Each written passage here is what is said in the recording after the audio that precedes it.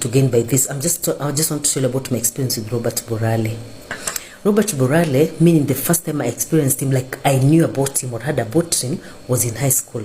Mtoto malikuwa shule Western Province. If you're in high school in Western Province, ulikuwa unajua Bob Wanguria. Alikuwa anaitwa Bob Wanguria. Kila mtu alikuwa anamjua kwa alikuwa sijui alikuwa TD ama alikuwa table tennis ama alikuwa drama. He was just a famous person who was well known in high school. And the reason I even knew him more is because his sister was in the same high school with my sister. So my sister used to come and tell me about Robert's sister. Ananiambia Sister Robert ni ajui Kiswahili wale mademu wale, the real rich kids who were born in the real Karen hizo siku, the real Karen. Akina Robert walizaliwa Karen, walikuwa na nyumba Karen. They never knew how to speak Kiswahili. Sasa my sister told me about sister ya Robert Wanguria. So we used to laugh about that. That's why I came to know him. So after like 3 years later or 4 years, when we all graduated, we finished high school. My best friend at the moment, who is still my friend, 30 years later we're still friends from high school. Although we're in different high schools, my best friend was in high school with my sister, who was in the same school with Robert's sister. So my friend has a laptop. Hizo siku zenye laptop si venye siku hizi kila mtu ako na laptop, hata mimi niko na laptop. Si kama siku hizi yenye everybody can afford a laptop. My friend had a laptop. Na apparently alikuwa ameomba, Robert amemuomba, Bob Wanguria amemuomba, na alikuwa na kama anakatalia, ni kama ana play games with the laptop or something like that. I can't remember what happened really because it was not my laptop, but eventually I think my friend did get her laptop. Lakini in the process ya kuongeleshananga na hii Robert nini I encountered Robert. Yani sasa Robert alikuja kanijua. Vile Robert alinijua, sina uwezo hang out in his car, hakuwa ni tune, and to the best of my knowledge hakuwa tune rafiki yangu. Robert amekuja Nairobi kutafuta pesa, hajakuja kutafuta wanawake. Those people saying ati oh alinituna kunikatia kwa nataka kula na mimi, maybe is a sexual or maybe just prefer gay porn, lakini atuningi watu ovyo. Okay, alikuwa kunitune na kuchunda rafiki yangu. Him when he met me, he just told me, like I think he asked me where I work. I told him that time I was working for a bus company that had a parcel unit, and I was in charge of the parcel of parcels. Mshahara wangu ulikuwa 15k, lakini unajua hapo kwa ofisi pale kuna pesa ina flow, mtu anakuwa tunatupesa tupesa. Kwa hivyo Robert told me he's gotten me a job. Amenitafutia job yenyewe iko UK. I just need a passport and a driving license. Job yenyewe nikamuuliza nitalipwa how much. Ndio nisiwache job yangu kama sijui hiyo job ni how much. Akaniambia job nitakuwa nalipwa 100,000. Guys, 100,000 then hizo siku za kitambo mimi sikuwa hata na mtoto, sikuwa na any responsibility. Somebody is telling you job yako ya 15,000, say is telling you that he's going to get for you a job of 100,000. Job yenyewe utakuwa based in the UK, but you just need a passport and a driving license. Nikasema wow. Because me I'm always a planner, I like planning ahead. Venye tu aliniambia about job, nikaanza tukutafanya window shopping ya furniture, nikaanza kufanya window shopping pale nitaishi, nikaanza kufanya window shopping too. Then my life is gonna change. Robert akaniuliza nimeanza process ya kutafuta passport, nikamwambia hapana, hata sijui venye nitafanya. Akaniambia basi I give him 12k atani processia passport, just 12k. My salary then was 15,000. Ngoja tu end month when nipata 15k yangu, nikatoa 12 nikampatia, 3 nikalipa rent, alafu nikaongoja kusurvive vengi tunezi marupurupu za job. Understand? Because by then I had not resigned. I just told my boss, who was a good friend of mine, alikuwa Muhindi, nilikuwa nimemwambia, alikuwa rafiki yangu kabisa. He used to tell me about his stupid girlfriend, psycho, alikuwa na mistreat. So I've told my boss I've got another job, mimi nitaresign kiusosa to see me go. But sasa hiyo month yote nilimkuwa nimempatia notice because I'm also waiting for my passport to be processed, na ngoja kuprocessiwa, nitakuwa mtu wa majuu, sitakuwa na deal nizo local currency zenyu, but my guaranteed 100,000k is my salo, like the minimum. Sasa after nimepatia Robert pesa, after he never avoided me. In fact, I can't remember clearly, but we used to go to his office in Westlands. Alikuwa na gari yake tu, alikuwa na gari. Tuenda kwa office Westlands. He had an office in Westlands. Si kwa towns, not at CBD Westlands.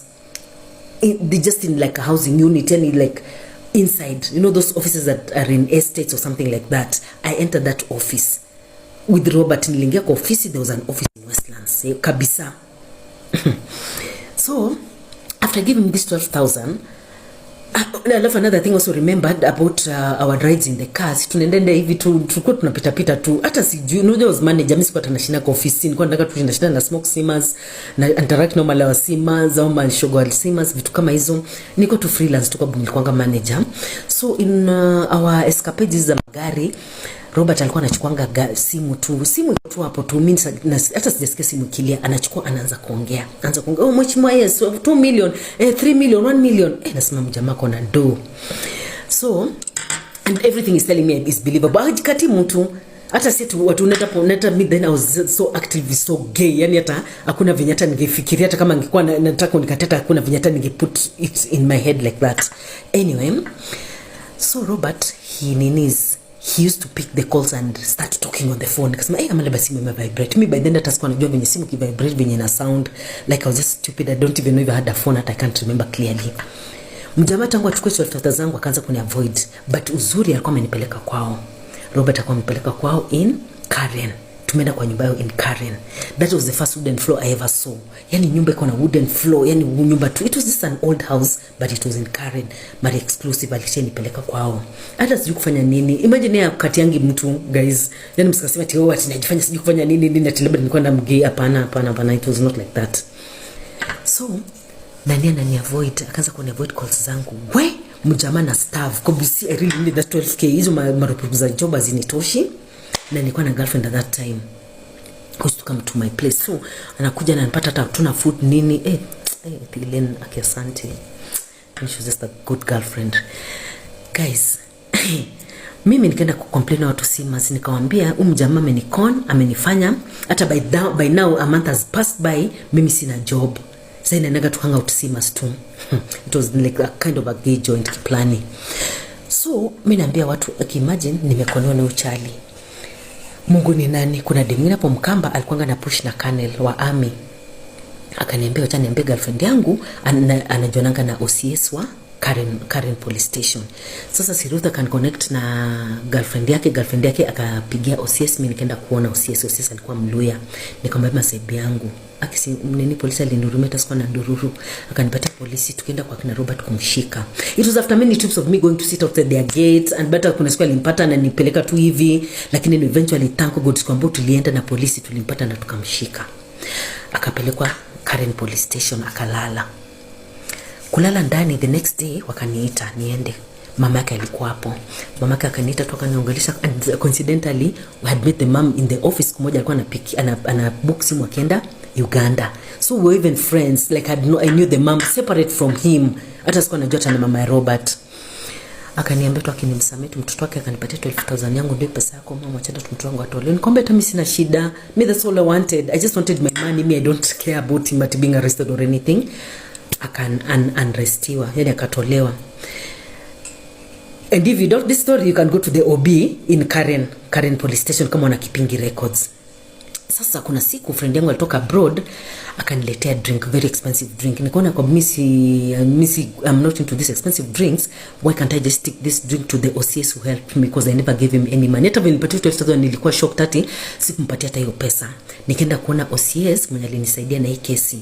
guys guess what venye ndio kwa nilipata OCS alikufa na nilikuwa nimepeleka hiyo drink kumwambia asante ni watu anyway hizo siku yani sima zilikuwa kwa mashoga na lesbian yani ilikuwa tu the place to be hata nilikuwa na kadem kingine hapo kalikuwa prostitute but she was like my girlfriend kiplani tu but she was a professional prostitute alikuwa ananiambia kunywa pombe ati I don't know this used to be a funny relationship but anyway that is my experience with Robert Wanguria alikuwa ni Robert Wanguria mimi juzi ndio nikasikia anaitwa Burale kwanza yani it's a small world because I also learned he's ever gone out with an auntie with the mother of another friend of mine's mother kitu kama hiyo but that's a true story iko kwa OB Karen police station if you doubt it